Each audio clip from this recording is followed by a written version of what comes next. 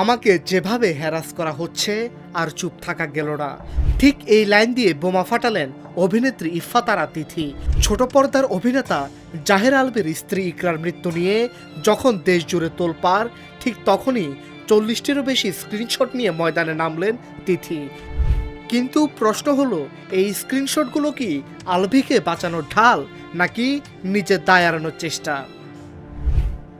বুধবার বিকেলে তিথি তার ফেসবুক চ্যাটের যে লম্বা বহর দিয়েছেন তাতে তিনি দাবি করেছেন ইকরার সাথে তার সম্পর্ক ছিল জাস্ট ফ্রেন্ড।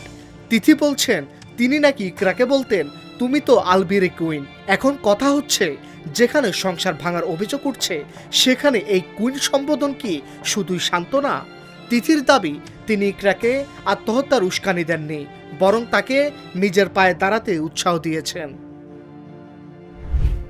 গল্পের মোড় ঘুরল এখানেই। তিথি শুধু নিজেকে ডিফেন্ড করেননি, বরং পরোক্ষভাবে আঙ্গুল তুলছেন ইকরার পরিবারের দিকেও। চ্যাটের মেসেজগুলো সূত্র ধরে তিনি দাবি করছেন ইকরা নাকি পরিবারের উপর ক্ষুব্ধ ছিলেন। 2018 সাল থেকেই ইকরা বিদেশে যেতে চেয়েছিলেন, কিন্তু পরিবার নাকি তাকে সাপোর্ট দেয়নি। অর্থাৎ তিথি বোঝাতে চাইছেন যে ইকরার ডিপ্রেশনের দায় শুধু স্বামীর পরকীয়া নয়, বরং পরিবারের অবহেলাও হতে পারে। তিথি জানিয়েছেন প্রয়োজন হলে তিনি সব প্রমাণ দেবেন।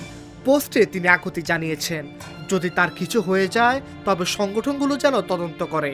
শেষে ইকরার আত্মার মাগফিরাত আর ছোট্ট সন্তান রিজিকের জন্য দোয়া চেয়েছেন তিনি।